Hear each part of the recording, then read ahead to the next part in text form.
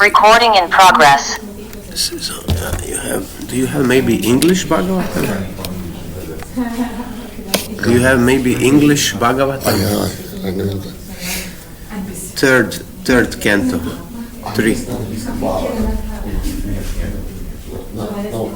No English Bhagavatam. Okay. Then I will find here just a second.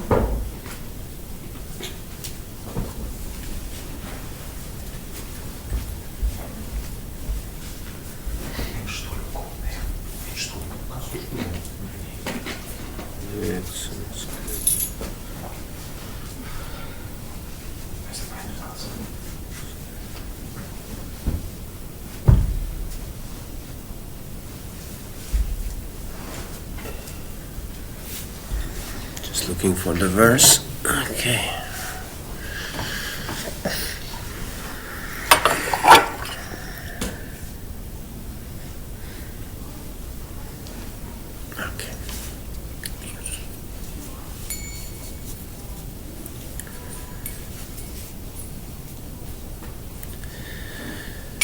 Jayo Radha Madhava Kunja Bihari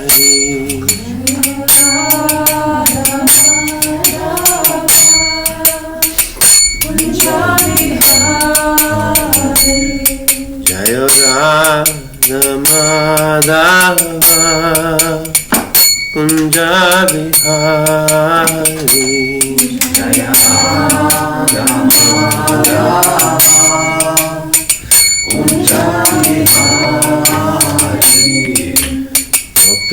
Janavallabha Girivaradhari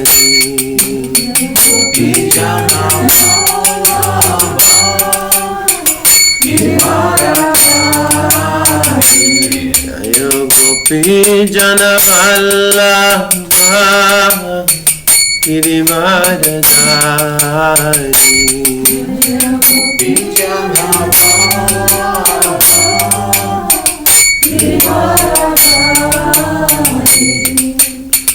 Yashodanandana Brajajana Ranjana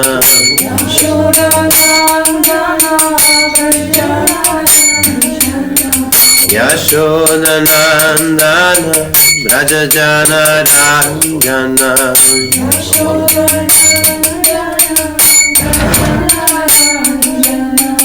Jamuna Tira Vanachari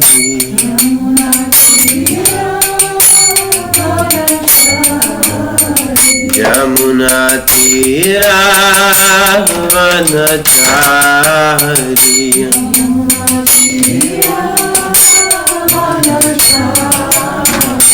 Jaya Radha Madhava Kunja Bihari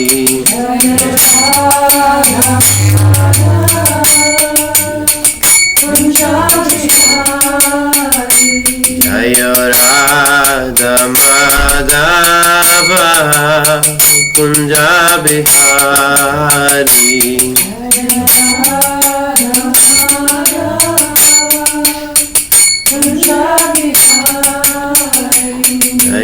Radha Madhava Radha Madhava Shirade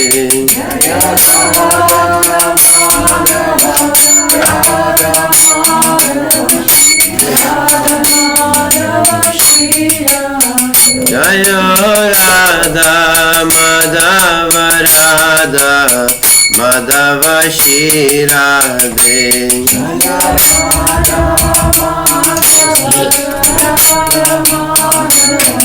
Jaya Jaya Prabhupada, Prabhupada, Prabhupada, Srila Prabhupada. Jaya Prabhupada, Prabhupada, Prabhupada, Srila Prabhupada. Jaya Prabhupada, Jaya Prabhupada, Prabhupada, Srila Prabhupada. Jaya Prabhupada, Prabhupada, Jaya Prabhupada, Srila Prabhupada. Gurudev, Gurudev, Gurudev, Jaya Jaya Gurudev. Jaya Jaya Gurudev, Gurudev, Gurudev, Jaya Jaya Gurudev. Jaya Jaya Gurudev, Gurudev, Gurudev, Jaya Jaya Gurudev. Jaya Jaya Gurudev,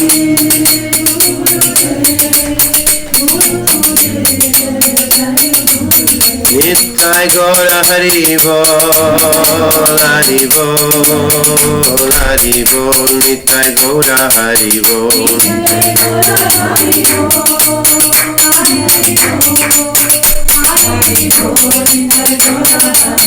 Nittai Gaura Hari Bol, Hari Bol, Hari Bol, Nittai Gaura Hari Bol.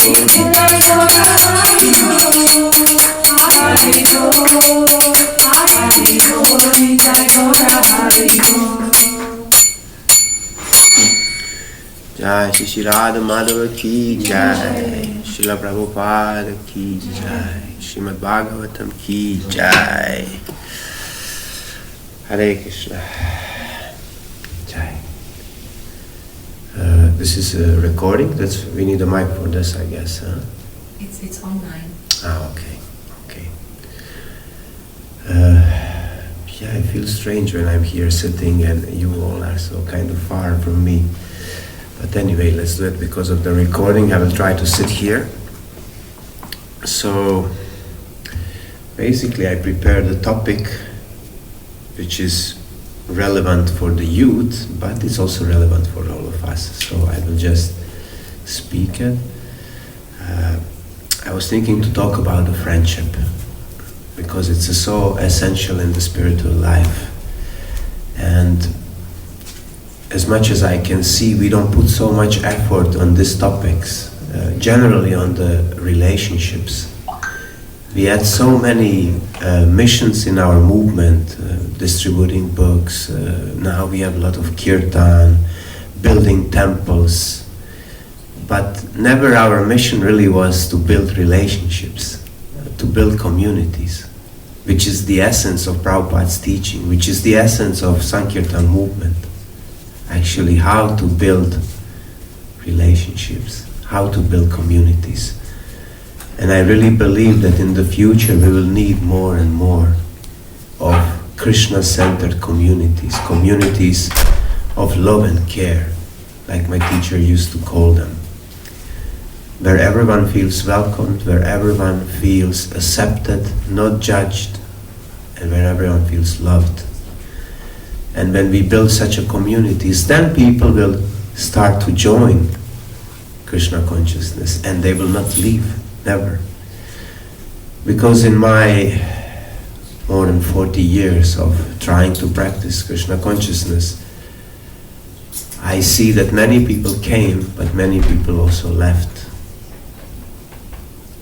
And there are different reasons for that, of course. But one of the main reasons is that we didn't build communities of love and care. We didn't build communities where people feel accepted, where people feel not judged. This is what I see in spiritual communities. There is a lot of judgment, not only in ISKCON, it's in every spiritual community, because there are certain high spiritual standards, and if you don't follow them, if you don't really fit in those standards, then you will most probably be judged. That's why I believe it's very important that we talk about this kind of topics, that we talk about friendships, what really means to build a friendship, and how important it is to have true friends in our spiritual life. Last night I was telling how Chaitanya Mahaprabhu was asked what is the essence of the spiritual life, what is most important in spiritual life. And yeah, many devotees said chanting of the holy name. We think this is the most important practice. And it is almost the most important practice. But more important than chanting is association of devotees. What we create in our communities. See, this temple without devotees is only bricks and walls, nothing else. Just a house like any other in this village, in Germany, in Europe. Nothing. What this really makes temple, except deities and Srila Prabhupada, of course, is devotees who are there. They are creating the atmosphere of the temple. They are creating the atmosphere of the community. That's why association is the essential for all of us. Without good association, we can go for some time. We can even be alone for some time and chant and do the sadhana. But after some time, it starts to be meaningless, pointless. We don't see what is the point? I'm doing this on my own. Like, to whom? For whom? And we need service also, isn't it? Lee said last night, service is a love in action. We need a loving exchange because we are also in the human body, we are human beings. But the nature of the soul is also to have exchange, to have love. So this is what we really need. Without that, it's hard to survive in the spiritual life. I would just like to read one verse from Srimad Bhagavatam, which is maybe an opening for what we're going to talk about.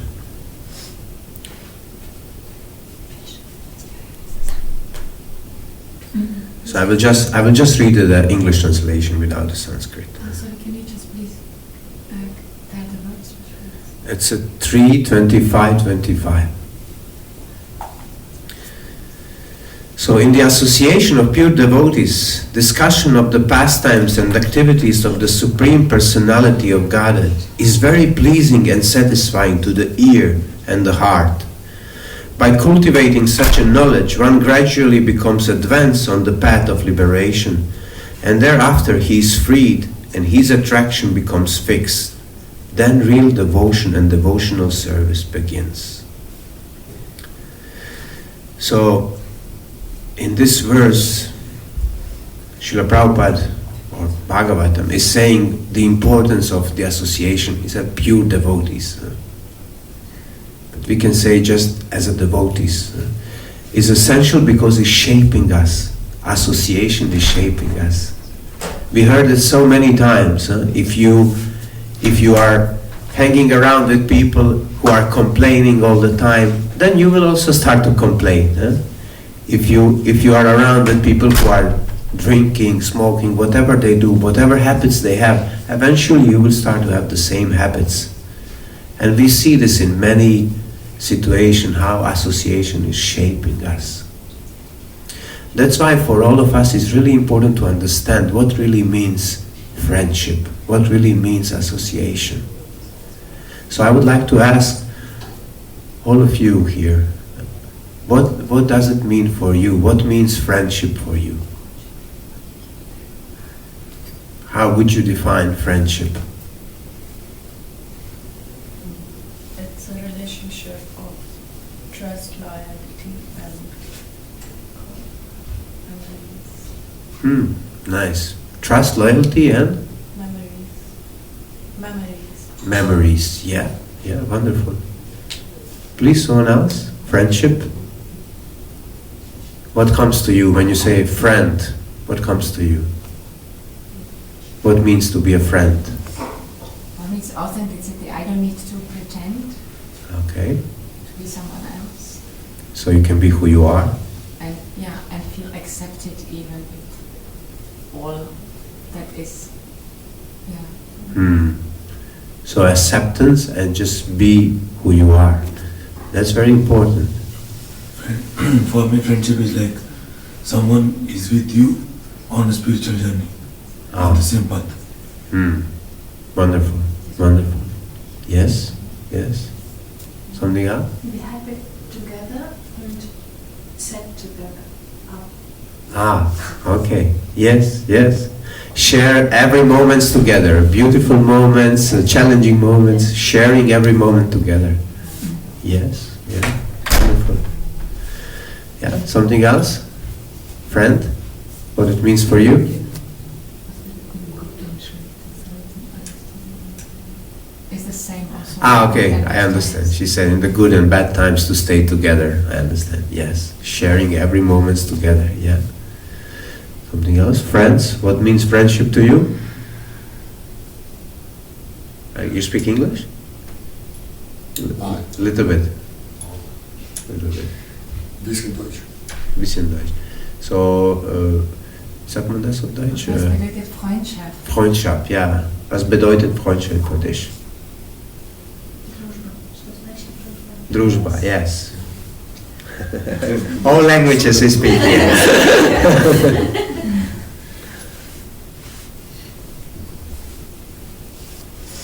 Скажите по-русски. You can say Russian so she can translate, huh?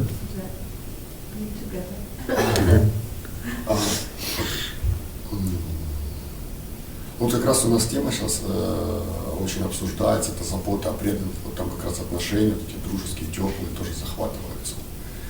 Вот. Может, что-то можете сказать по этому? А именно отношения в яд, заботе. Okay, can you translate? Who can translate this? Das ist unsere Thema.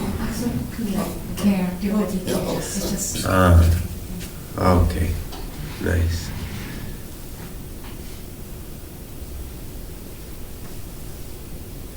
We actually have a topic right now that's being discussed a lot, caring for loyal people. This relationship, this warm friendship are also included. Maybe you can say something especially about relationship at the core, caring for them.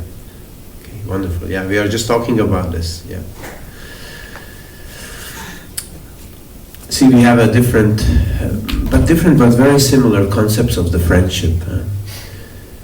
Depends on the values of the people. That's what friendship means for us. Some people think that friendship means to play cards together, once in a week, go to the cinema together, going out in the disco together, chasing girls, chasing boys, whatever. This is also friendship for some people. They think this is a friendship for them.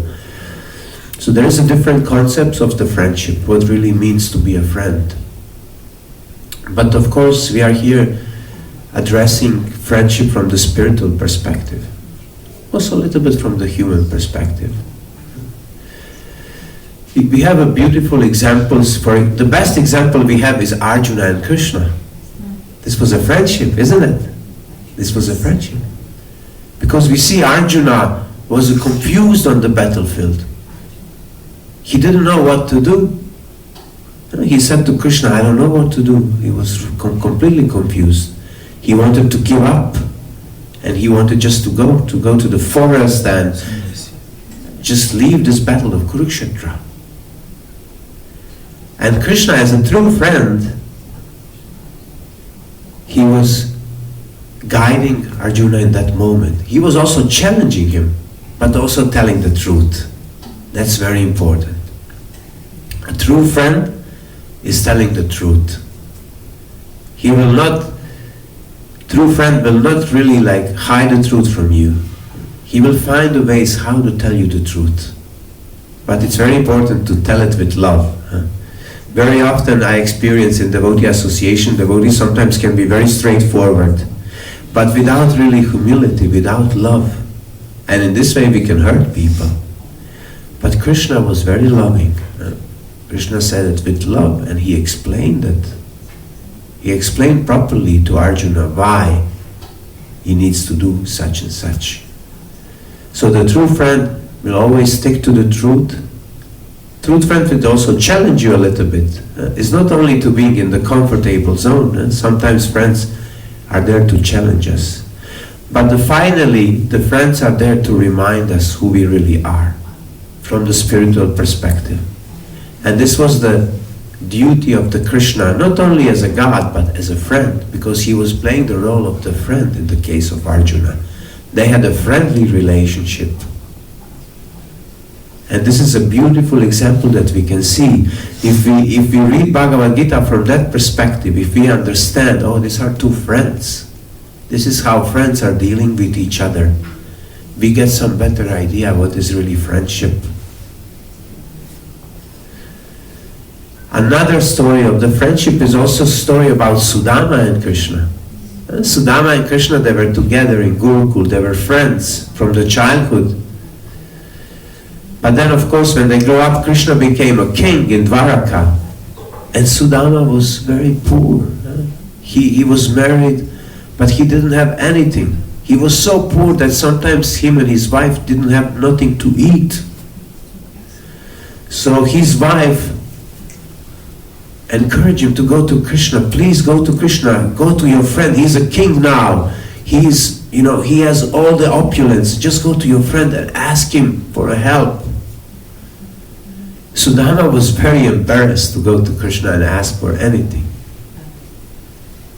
But he went just to please his wife. He went to Krishna, but also to see Krishna. He wanted to see Krishna.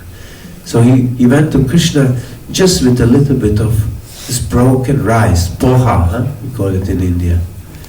So he had a little bit of this broken rice, and even this rice was already out of date, it was not really proper rice. So he came to Krishna, and he was very embarrassed. And when Krishna saw him, Krishna was so excited. Oh, my friend Sudama is here, my childhood friend. And Krishna ran to him and embraced him and just showed him so much love. And Sudama he was so embarrassed, and he gave this to Krishna. This is my small offering, small gift to you. And Krishna took this rice and he started to eat.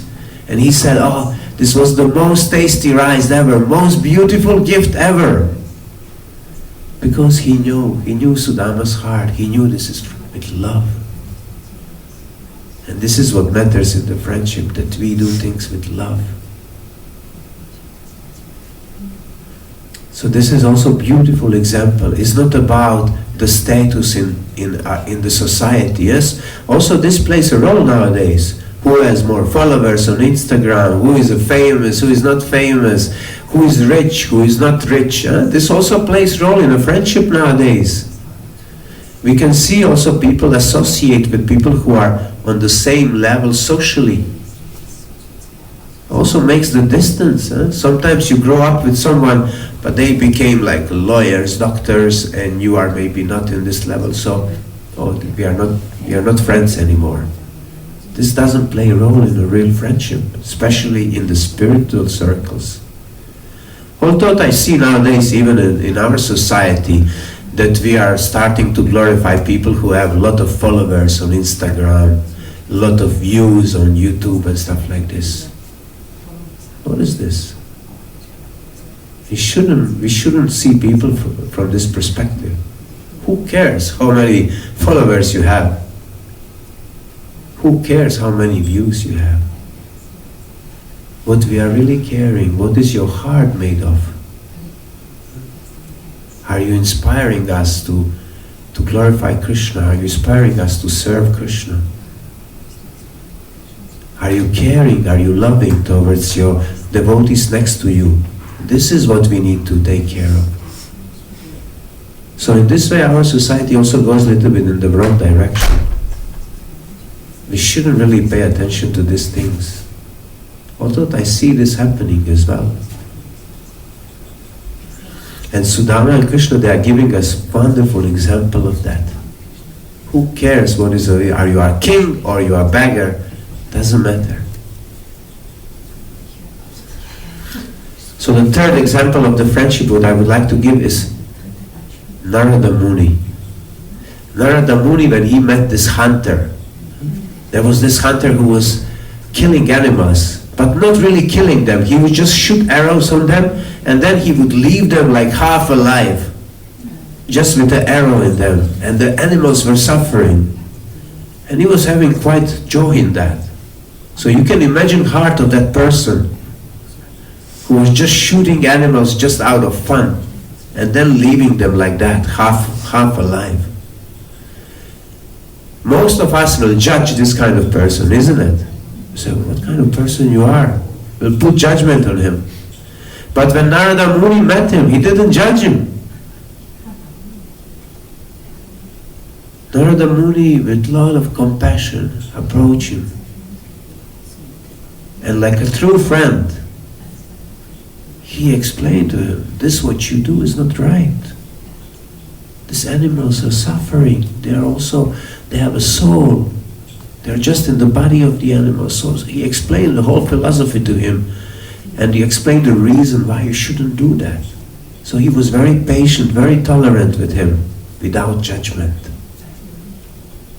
And this is a big, big lesson for all of us, what really true friend means. The one who doesn't judge. The one who has a compassionate heart. This is what we also lack in our society. I'm sorry, I'm addressing a lot of these things, but they need to be addressed. Because when I talk with people who are not devotees, some people who are outside of our society, and what they tell me one thing. They say, oh, you have beautiful kirtans. There is a lot of beautiful people in Hare Krishna. But why I don't like to join? Because I feel it's a very judgmental society. And many people told me that. They feel that we are very judgmental. And I agree. I'm sorry, but I need to agree. Do you agree? What do you think about it? Am I wrong? Huh? No? You're not wrong. Okay. No, I mean, even if you have different opinion, it's okay, we can have discuss. But do you think we are judgmental society? Yes or no? Mostly yes, isn't it? And this is why people don't really are so eager to join us. Because they think, oh, if I come to this society, they will judge me. Because I'm not following certain standards. I'm not chanting 16 rounds, I'm not following 4 regulative principles, so I'm not good enough to be part of Hare Krishna. This is what most people think. But this is also what most of devotees think.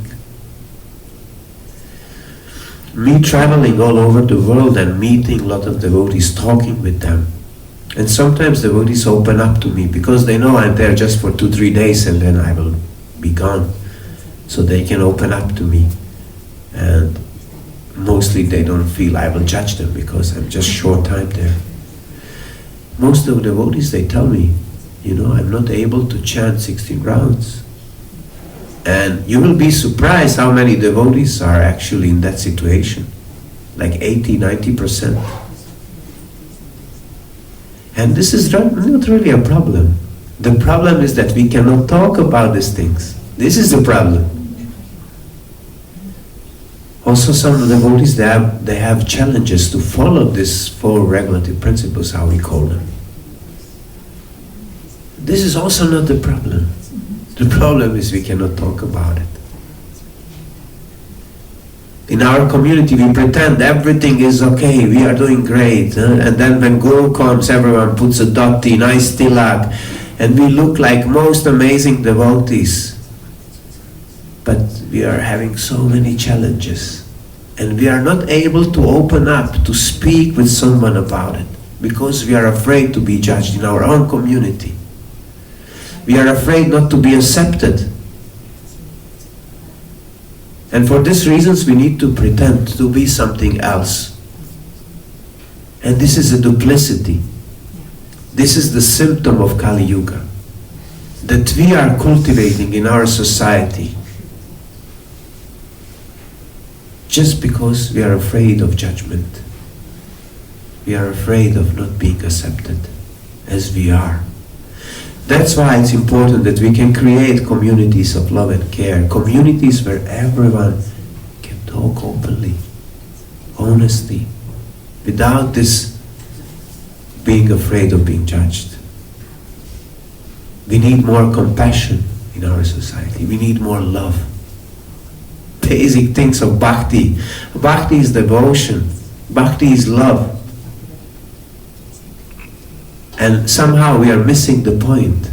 We are focusing so much on following the rules, following regulations. Of course, we need rules. We need some structure. It's needed. We need some frame. But it's not about that. Our essence is love. And we are missing the essence. And like I said, Krishna is Savagrahi Janardana. He's the one who is looking the essence. Krishna doesn't care if you chant 16 rounds and follow the principles. Krishna cares what is in your heart. He looks in the essence of your heart. That's why we need to also cultivate this attitude, looking to the essence of the people. What is the essence of that person? And that's why we need true friendships in our community.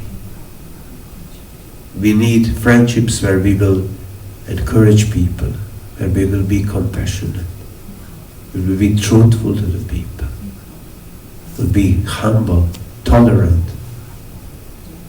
We need to create this, but this is starting from each one of us. So when I speak all of this, I speak to myself as well, but also I talk to all of you. If all of us start with that point that we become these friends that we are looking for, because usually we always expect from other people to become something.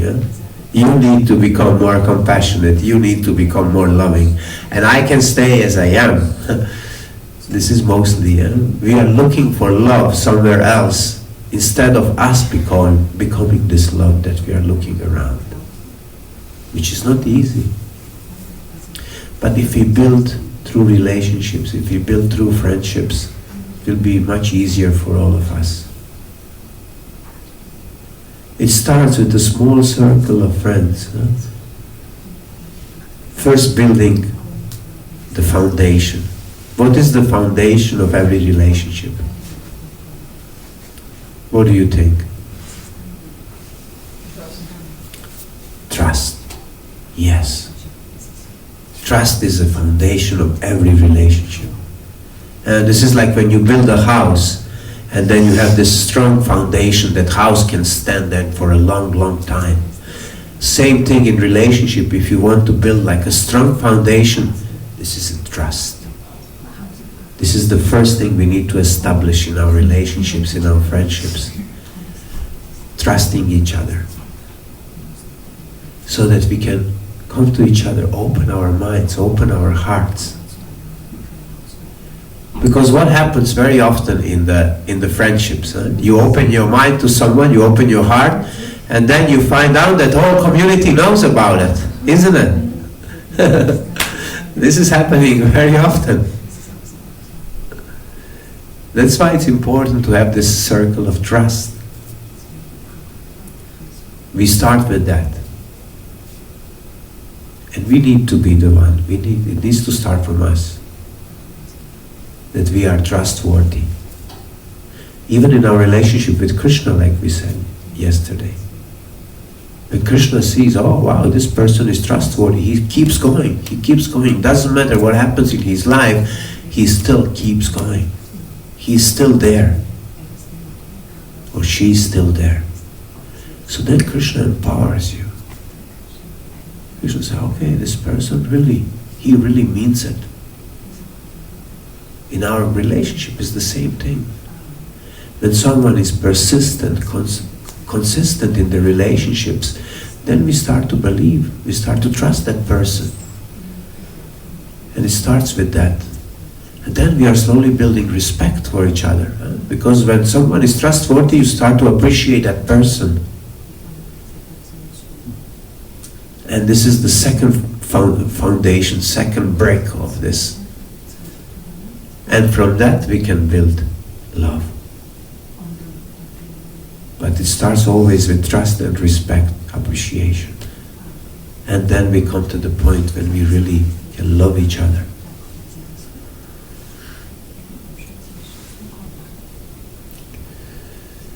See, there is one beautiful story that Radhanath Swami told about friendship.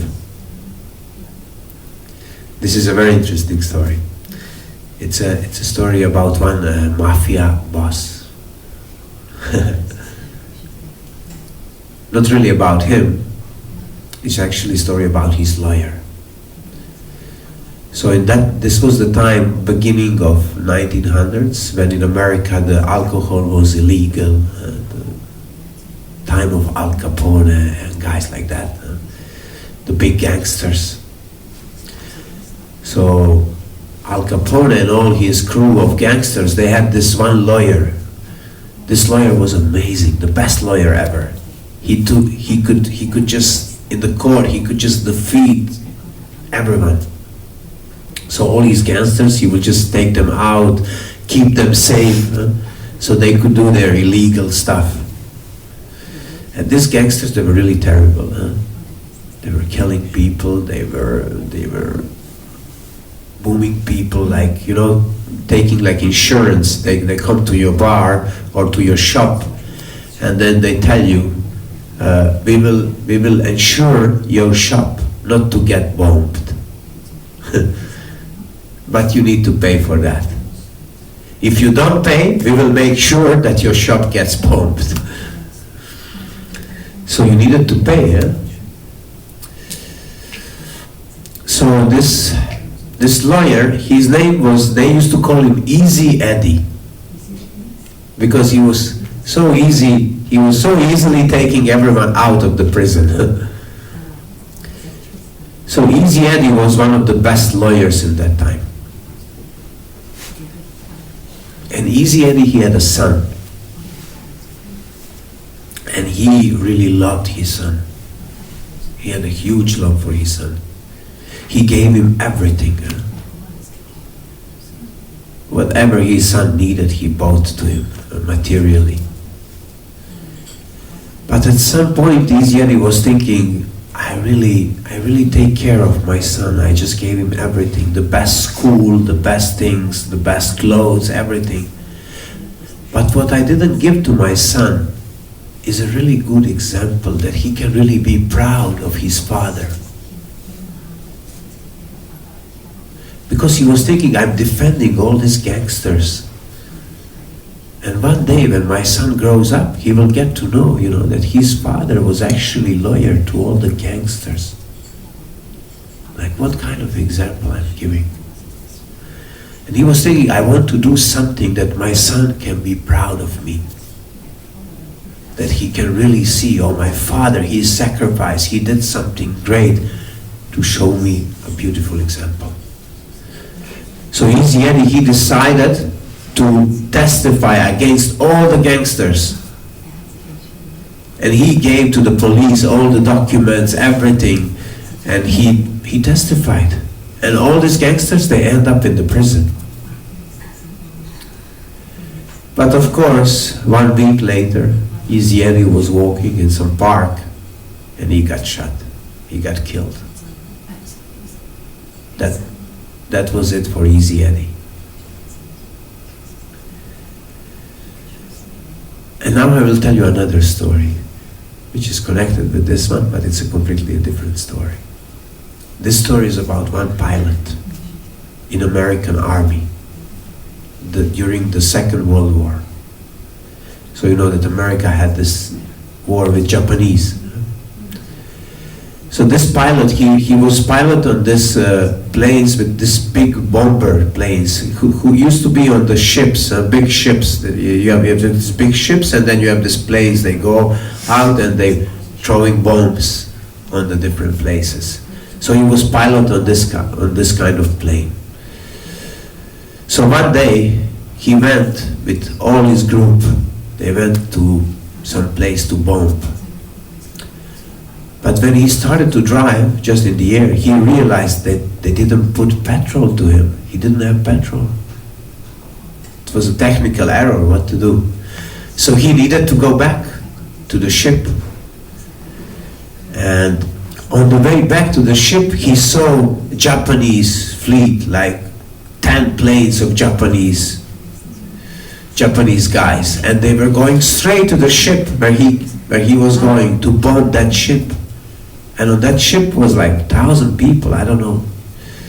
And they were all gonna be killed. So he was thinking what to do. I'm alone. It's like 10 of them. What should I do? And he decided to confront them. And he went straight like a madman. He went straight to this guy. He started shooting. And he's hit one plane, another plane, third plane. They shoot on him as well. And he got shot. But he was so crazy that these guys, when they saw him, he shoot like 4 or 5 planes. So these guys, they saw this man is madman, he's crazy. And the rest of the guys, they left. And he came back to this plane, to the ship where he was there, completely wounded. His plane was completely devastated. He barely survived. The name of this guy was Butcher O'Hara. You know Chicago Airport, the name of this airport is O'Hara Airport. He became one of the biggest heroes in American history. And this Butcher O'Hara, he is the son of Easy Eddie. So you can see what it means to set example. Easy Eddie, he sacrificed. He set example to his son. And his son, having this kind of example, realizing that we need to do sacrifices.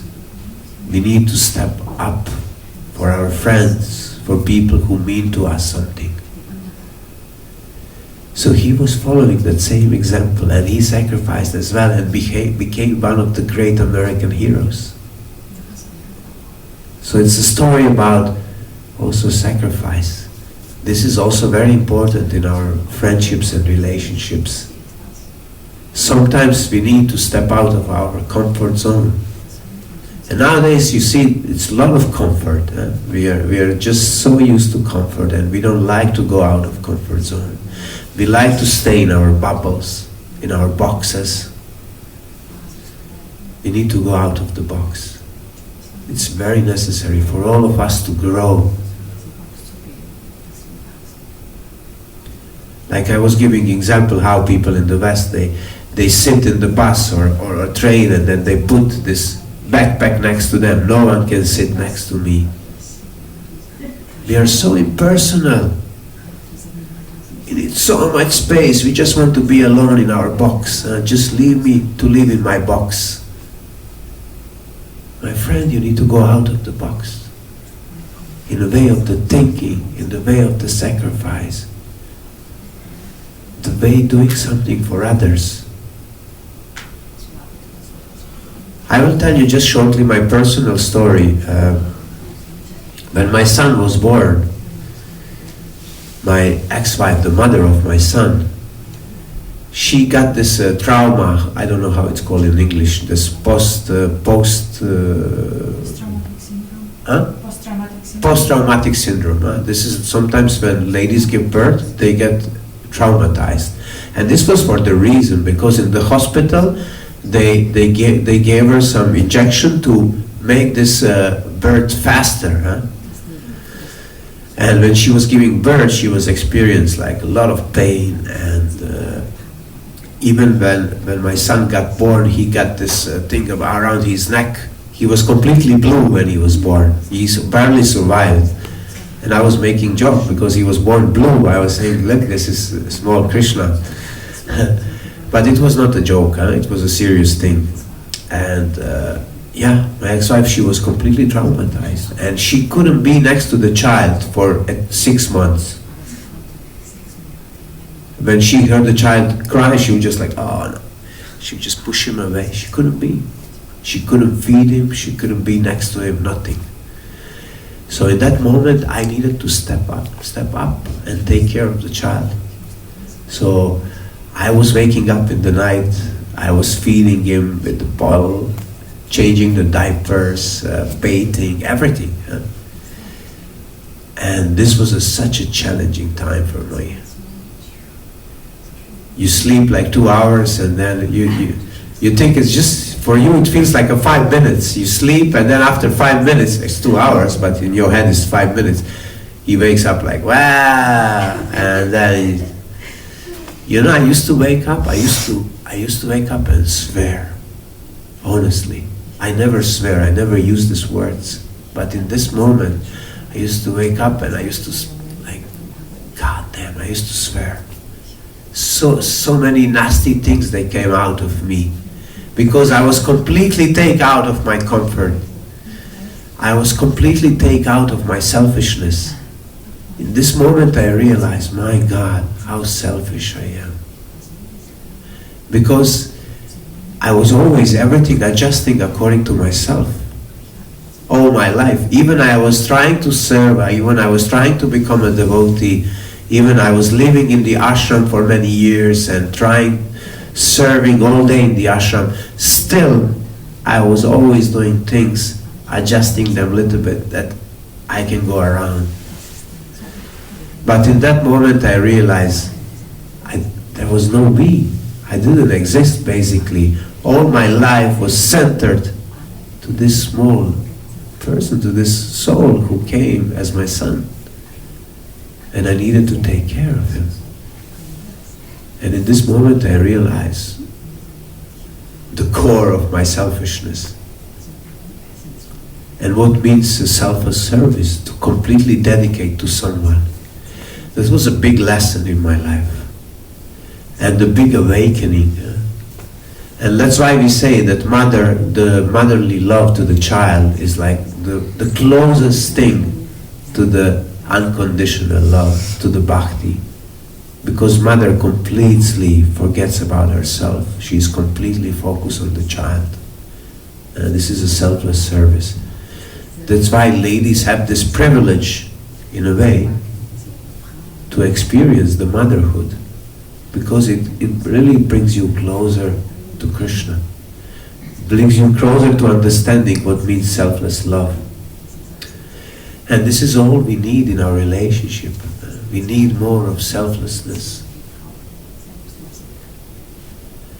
And I really hope that somehow this generation which is coming now, and I was having completely different class in I wanted to do really a lot of work, like a workshop, a lot of things, but now it's just few of us, so I went in a different direction. But I really hope that this generation will build something more beautiful, that we can build these communities in love and care, that we can build true friendships, when people, they can be who they are, and they can be accepted. And in this way we can grow spiritually, we can grow in all levels.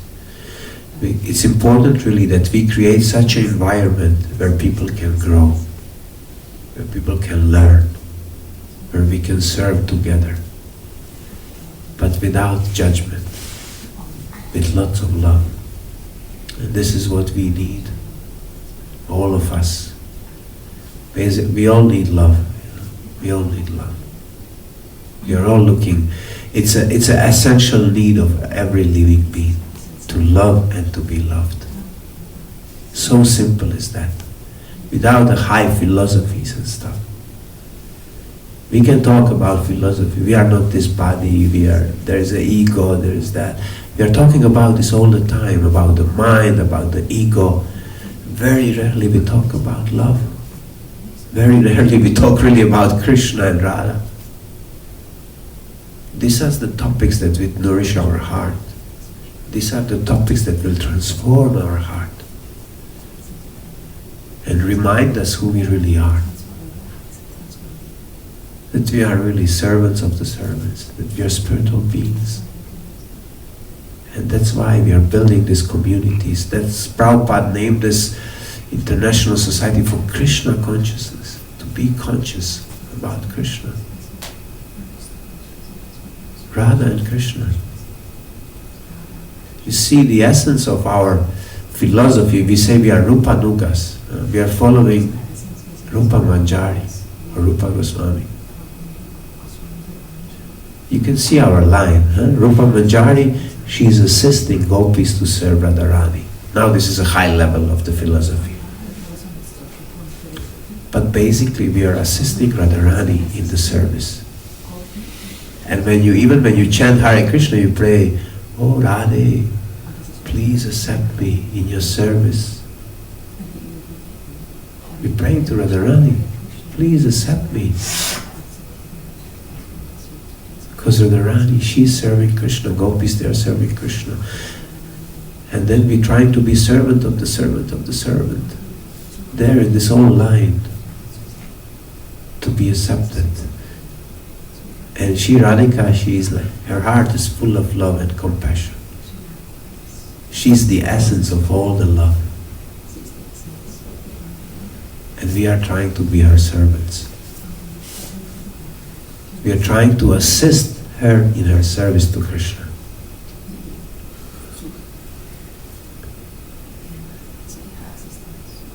That's why this is a loving society. This is the society of love.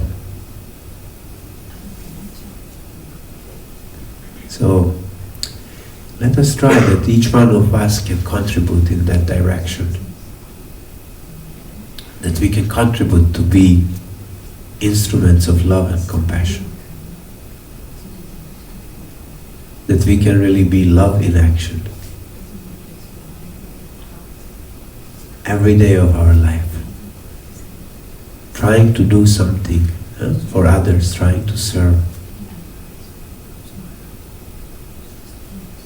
When I lived in the ashram, we had this one kind of game that we played. You used to do service for someone in the ashram without this person knowing that you did service for him. So sometimes you just take someone's clothes and you wash it. And you put it there to dry. So this person comes and says, "Where's my clothes?" And then someone tells, "Oh, your clothes is there or drying." But who washed it? Who did it? No one knows. So you do your service without getting credit for it. Yeah, let's do things like this. Let's serve each other. Let's do some beautiful things for each other. Share gifts with each other, prasada with each other, opening our heart to each other. Like we have these beautiful exchanges according to Rupa Goswami, 6 of them. Yeah, let's build true friendships. It's so important that we have friends. If you don't have friends in the spiritual life, you will go to look for friends somewhere else. So simple it is. That's why we need, and we also need to assist the youth to build friendships in their life. Because believe me, if they don't have friends, they will go somewhere else to look for the friendships. Very simple is it. That's why you need devotee friends. Because your friendships, they will shape you.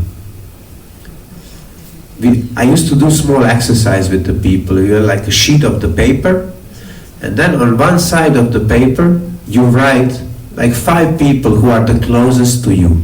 So your circle, most intimate circle of friends. And then on the other side of the paper, you write your goals. And then you see if they match.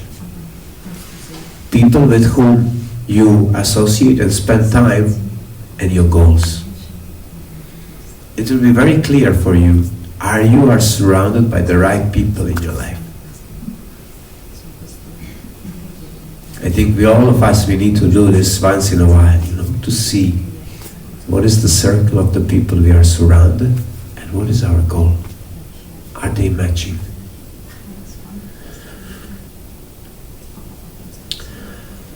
Okay, I will slowly stop here and open maybe if you have some questions, some comments, some critics, whatever you have.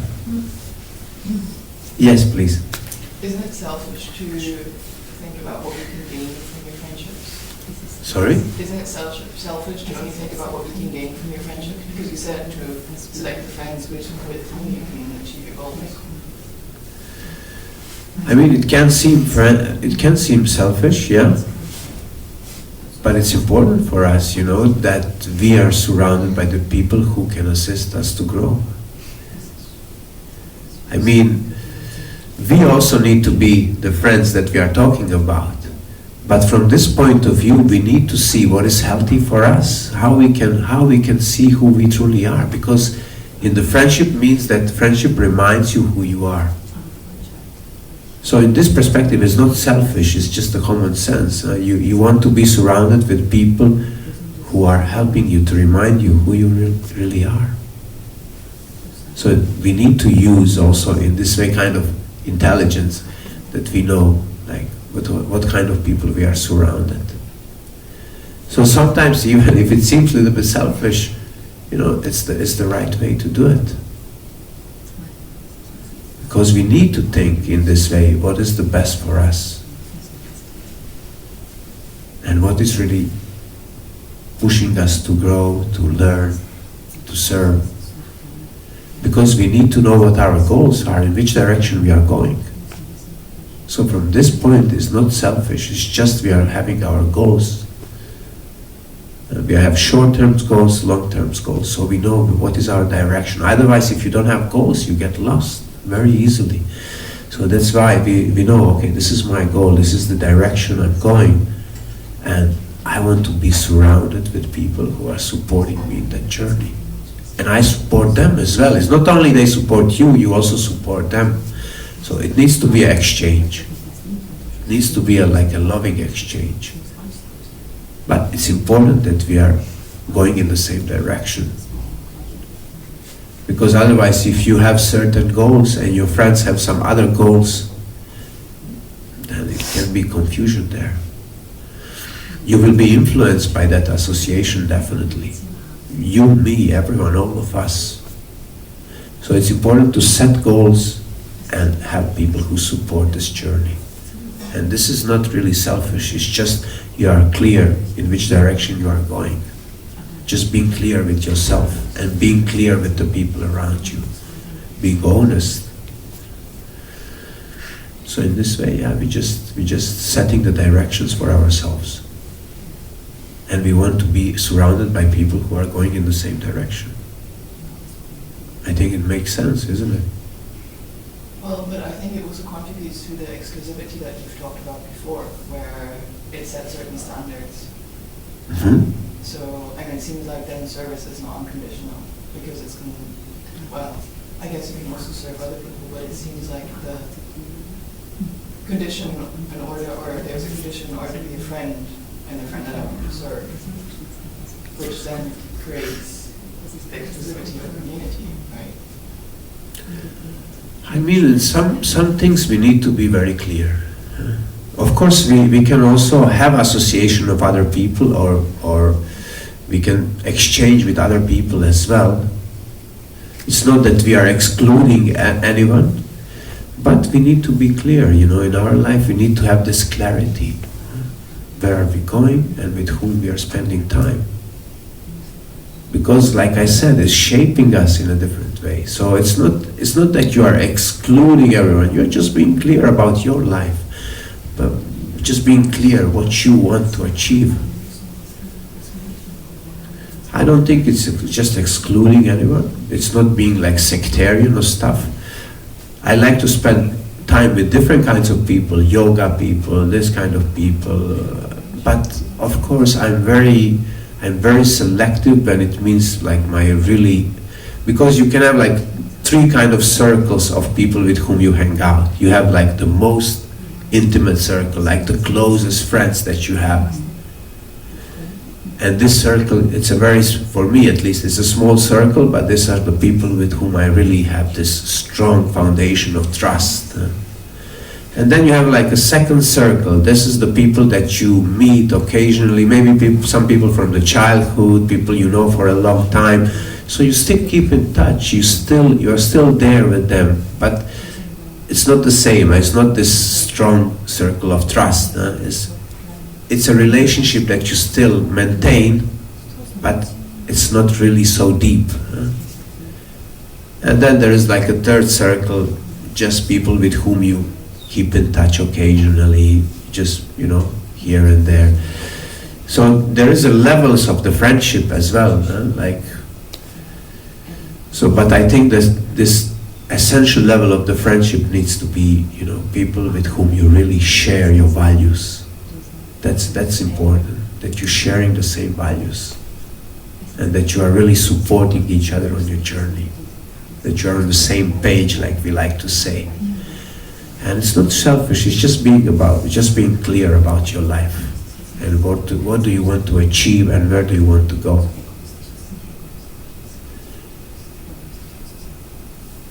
Yeah? Make sense? Yeah, so. More questions, but I don't need to take up the time. Yeah. I mean, it's a topic that definitely we can see it from different perspectives. But also, it's about realizations. It's about the experience that we make for ourselves. It's a very individual journey for all of us. And then we will also learn with the time, with the life, how life goes. We will also see what is really for us, working the best for us. This is just like some general knowledge or my experience as well put in that. So it doesn't mean it needs to be applied for you, but mostly it works like that. Yeah. Yes, someone else has a question, comment, something? Critique? Yes, please. First of all, thank you so much for these very, very important points. And I would like to ask you how, first I need to think how I can formulate, I feel the question, I need to put it into words. When you were talking about the responsibility to become a good friend, for example, you were talking about your wife. I can imagine she didn't want to be in the situation, but we are also formed by life. And sometimes we want to be good friends, but we are conditioned. And sometimes the conditions are putting us into suffering. But how to know how to become good friends? Because first we need to trust ourselves. To have the good basis. If somebody is shaped by not good experiences, and what I see also in West, the families are not healthy, and like the patterns that are being given in the families, that generally people are not shaped well. So how to, what would be your advice? How to know, how to become like a healthy friend? Because we also need knowledge for that. If you want to tell someone truth, Krishna knew everything, but if from our perspective we don't see the truth, we see through the filters of our experiences, from our anarthas. Yeah. So it's a little complicated. I don't think, maybe it's not easy to answer immediately, but if maybe you can say something about it. I mean, it's very important for us to be honest with ourselves. Everything starts from that. Like she was telling, it's also conditioned, this kind of friendship, when you are selective. We need to be honest, we are conditioned. At this moment we are conditioned souls. This is our reality. Very often we hear we need to be humble. What means really humility? This is also one idea which very often we have a misconception. What is humility? We think very often that humility is just putting your palms together and, oh, Hare Krishna Prabhu, I am the lowest of the lowest. And we start to talk bad about ourselves, how disqualified we are, and how unable we are to do things. Humility means really the vision of reality, where we can see ourselves realistically, with all the gifts we have, with all the talents we have, but also with all the shortcomings we have. So we are very real with ourselves. And this is when we can also, from this place, we can become a good friend. When we are going in that space of reality, of humility. And then we can build something, because we are aware, we are conditioned souls. So friendship doesn't mean you need to be perfect, because perfect we are not. And it's not about perfection. Friendship doesn't mean that you need to be always the best of the best, that you always need to be in the good mood, that you need to put your friends always laughing, smiling, everything is so nice and shiny and beautiful. No. Friendship means also to be vulnerable. That you can be in front of your friends just vulnerable person. This is who I am. I have my also trauma, I have my issues that I'm dealing with, I have my challenges. And if we build friendship on this values, if we build friendship of this honesty, of this reality, then we can really become a good friend. Because the person knows, okay, he's also vulnerable, he also has challenges, he's also dealing with this and that. And then we can relate to it because we are also dealing with the same things. All of us, we are more or less, we have the similar challenges in our lives. Just they just occur in different ways. But we are all dealing with some issues and challenges, some tests, some growth. And when we start from there, then it's possible to establish like a real friendship. And then people see, okay, this person is conditioned, this person is challenged, but he's still doing it. He still continues to do it.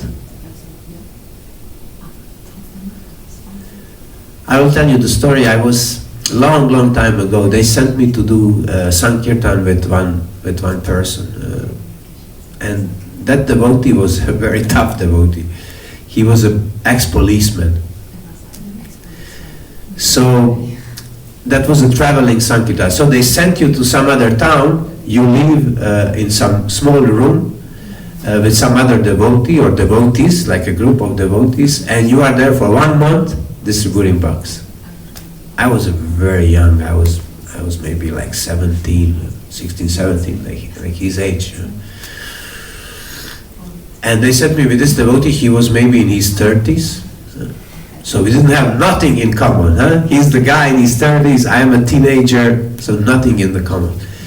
And he was a very austere guy.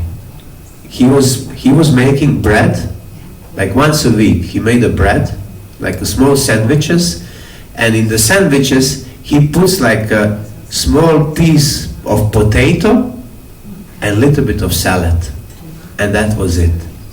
And he was eating that for a whole week. And when I came there, he told me, this is our food, this is what you're gonna eat for a whole week. I said, okay. And yeah, I was eating this for a few days, and I realized, no, this is not gonna work for me, you know. And I was finding my ways. I was going to the market, and then some ladies were always giving me something, and then I was buying some stuff, and I was finding my ways how to eat also something else. But then other devotees start to come, and he was a very tough, very strict guy. And whoever came, he was there a few days with us, and they were just, it was too much for them. One devotee, I found him on the street, he was crying. He said, I cannot do this anymore. Just eating bread and potatoes every day, distributing books on the street. It's cold, it was in December. It's cold, it's unpleasant, I'm going back. So people were just coming and going. No one stayed longer than maybe 3-4 days. And I was the only one who stayed because I was finding my ways, you know, I was surviving somehow. And after some time, I realized I need to talk to this devotee. Even I am a kid for him, but I need to tell him, you know, he's hurting so many people actually. Because of and he didn't mean nothing wrong. He was thinking that he's doing a great thing. He was thinking, I'm distributing books for Prabhupada, for the mission, for Krishna, you know, I'm very austere. This is how it should be. That was his perspective. But he was hurt. So many devotees got hurt, you know. People were just coming and going. Everyone was so frightened from him. And one day, I was also collecting my courage to talk to him. You know, it was not easy. So I was thinking, okay, I will talk to him today. But then I didn't have courage. Then I said, okay, tomorrow I will collect my courage and talk to him tomorrow. But then tomorrow also I didn't have courage to talk. It took me some time, you know. And then after some days, I put all the strength together, and I said, with all the respect, I was very humble. This is very important in the friendship, that you can be very straightforward, that you can say things, but with a humility. Straightforward and humble. If you're missing one of those things, it can go the wrong way. If you are just straightforward without humility, you can hurt people. Because you are just straightforward, you just tell them what you think it's the truth, and it can hurt. But if you are only humble, then probably you will not be straightforward. You will just, try to find ways how to say it in a humble way. So you need both humility and being straightforward. So I try my best to be straightforward with him, with humble. I told him, like many devotees came here, and I told him how they felt. I told him that I met a devotee who was crying on the street. And I told him how I feel as well. And in the beginning, of course, he didn't really like it so much. He was resisting. But then he took some time. He processed it. And he came to me the day after. And he offered his obeisances to me. Yeah, I was a kid. He offered his obeisances. He said, I really apologize sincerely to you and to all the devotees. So he was so actually embarrassed for his behavior. And you can see his heart transformed, his heart softened. Although he was a very tough guy. And in that moment I realized that in friendship it's very important that we can be very honest with each other. Very straightforward, but with the humility. Then we can say things, then we can soften hearts. So the true friends means that we really care also for the people, but that we also can say what we feel. So always this humility needs to be there in a sense of the reality, that we are honest with ourselves, completely honest with ourselves first, and then we can be honest with others. So this really honesty is required, humility is required. Also we need to care. We need to care for the relationship. We need to care for the friendship, for the benefit of yourself, of this devotee, of our relationship together. So this will build something. So I think everything starts with that, with this real humility, vision of reality. And then we can build some nice relationship, then we can build friendships. I hope I answered. Yeah. Okay, let us stop here. I think we already been extended the time that was planned. Thank you so much for your attention. I had a completely different plan with this, but because it was just few of us, I just had class like this. So thank you so much for being attentive. Thank you for your presence, and I wish you a beautiful day, beautiful kirtans today, and Hare Krishna, Hare Bol. Thank you. Jai. Thank you so much. Jai Srila Prabhupada ki, Srimad Bhagavatam ki, Jai. Nitai Gaur Premanande, Hare Bol.